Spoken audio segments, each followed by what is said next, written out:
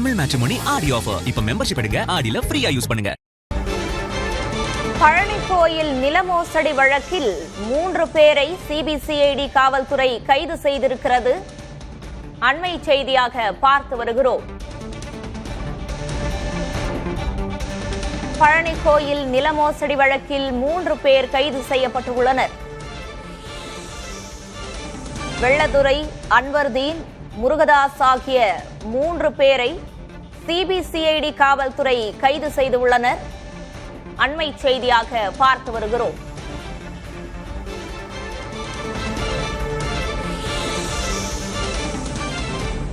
மேலும் விவரங்களோடு இணைகிறார் செய்தியாளர் ஆறுமுக பாண்டி. வணக்கம் ஆறுமுக பாண்டி.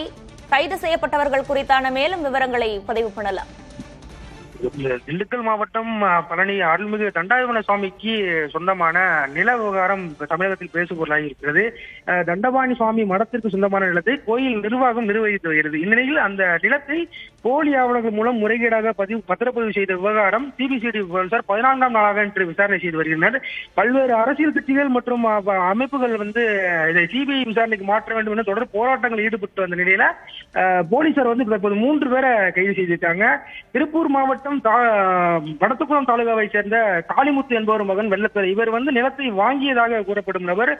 அதற்கு துணையாக இருந்த பழனி ஏஎஸ்சி சாலையை சேர்ந்த ஹமீத் என்பவர் மகன் அன்வர்தீன் மற்றும் விழுப்புரம் மாவட்டம் சாலமேடு காமராஜ் நகரை சேர்ந்த தண்டபாணி ஐயா என்பவரின் மகன் முருகதாஸ் என்பவர் தான் நிலத்தை வித்திருக்காரு. அவர் வாங்கினவர் தான் வெள்ளத்துறை. இவங்க 2 பேரும் முக்கியமானவங்க. இவருக்கு உடனடியா இருந்த அன்வர்தீன் ஆகிய 3 போலீசார் இப்ப கைது பண்ணியிருக்காங்க. அவங்க மேல குற்றச்சதி உள்ளிட்ட போலி ஆவணங்கள் தயாரித்தல், குற்றச்சதி உள்ளிட்ட 5 பிரிவின் கீழ் போலீசார் கைது செய்து விசாரணை தொடங்கியிருக்காங்க. தகவல்களுக்கு நன்றி ஆறுமுக பாண்டி. தமிழ் மேட்ரிமோனி ஆடி ஆஃபர். இப்ப மெம்பர்ஷிப் எடுங்க, ஆடில ஃப்ரீயா யூஸ் பண்ணுங்க.